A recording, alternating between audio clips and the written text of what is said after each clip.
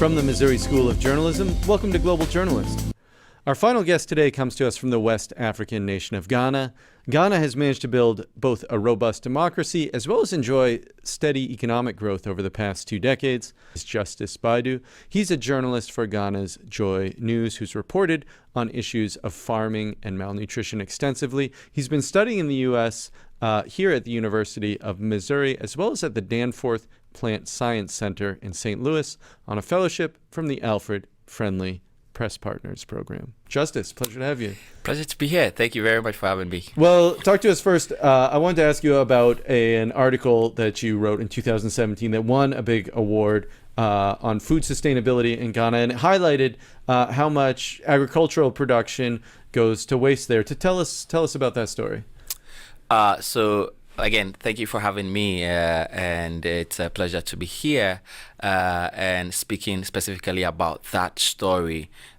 It was one of those stories where you travel on an assignment and you really don't have that in mind as that story that you're going to do. And it happens a lot that you find some of these things. And we went to this place where more than 200 women would usually come on any day to process the cassava into the gari, and it's a big source of livelihood for women and even men in this community.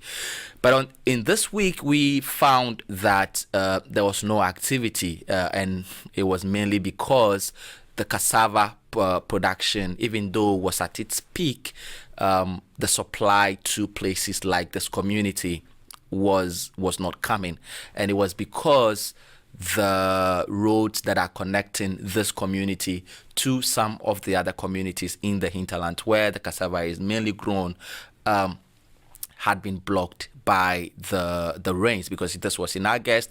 It was at the peak of the rainy season in Ghana.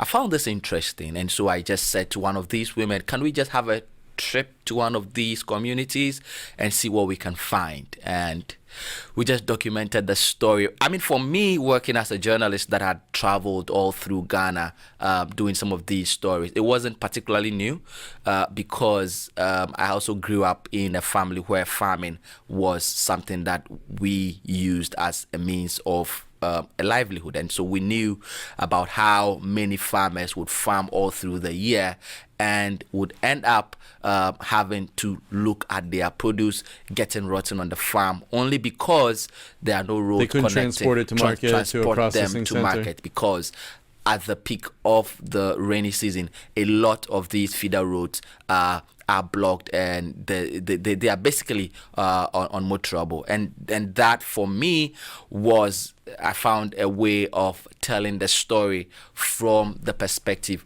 of these farmers and hearing them talk about how they are not sure how they are going to survive for the coming season because they are unable to sell their produce. And this is a country where we have more than half of the people in this industry, which is agriculture and farming related activities. And so some of these things have far-reaching impact. It has impact for women who are processing gari in that village who will not have it because they are not getting the cassava.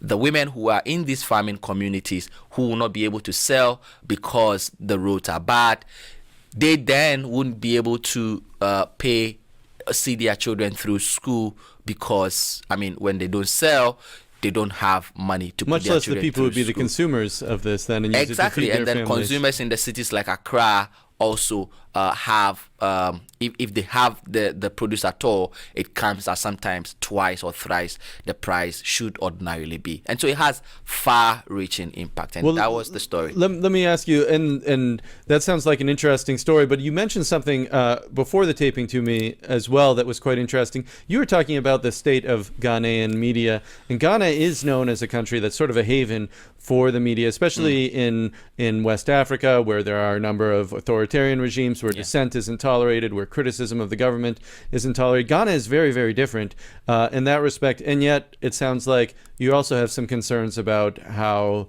the media environment is functioning in Ghana right now. Tell us about that. Yeah, I mean, Ghana is definitely a haven, and if you relatively to other African countries when it comes to freedom of speech, democracy, and our democratic history, I feel proud when I travel around the world and have people who have read about us, have been to Ghana, come up to me and say, "Oh, I like Ghana. You've changed from one party to another through a clean election, even though sometimes disputed, but we've never had instances like we've had in other African countries where there's bloodshed, where people have had to flee and all of that." And so generally, yes, we are a relatively good place to work, more so as a journalist.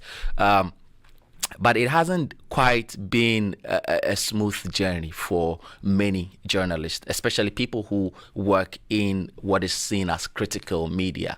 And we should point out as well that there was an investigative journalist who was killed relatively recently, working for a very well-known undercover investigative journalist named Anas there. But I'm sorry, I interrupted you. Yes, and that is just one of recent happenings that has given cause for many of us to speak up and have a concern about where our industry is going in Ghana. But this point aside, though, one of the things that is interesting about Ghana is that it's a two-party system, just like the United States is, where two parties essentially change who is in power, rotate who is in power. And it sounds like, similar to the U.S., the media in Ghana is becoming polarized around these two parties. Exactly. I think I get a sense that the polarization that is happening in our media now is in many ways a reflection of how polarized our society itself is.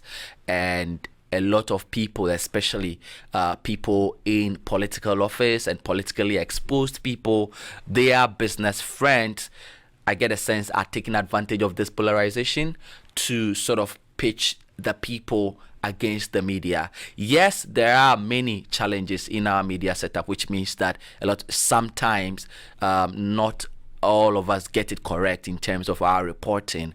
But what I get the sense is happening now is a deliberate agenda to sort of run down the credibility of the media in a way that would reduce the level of trust that the people would have in especially critical media.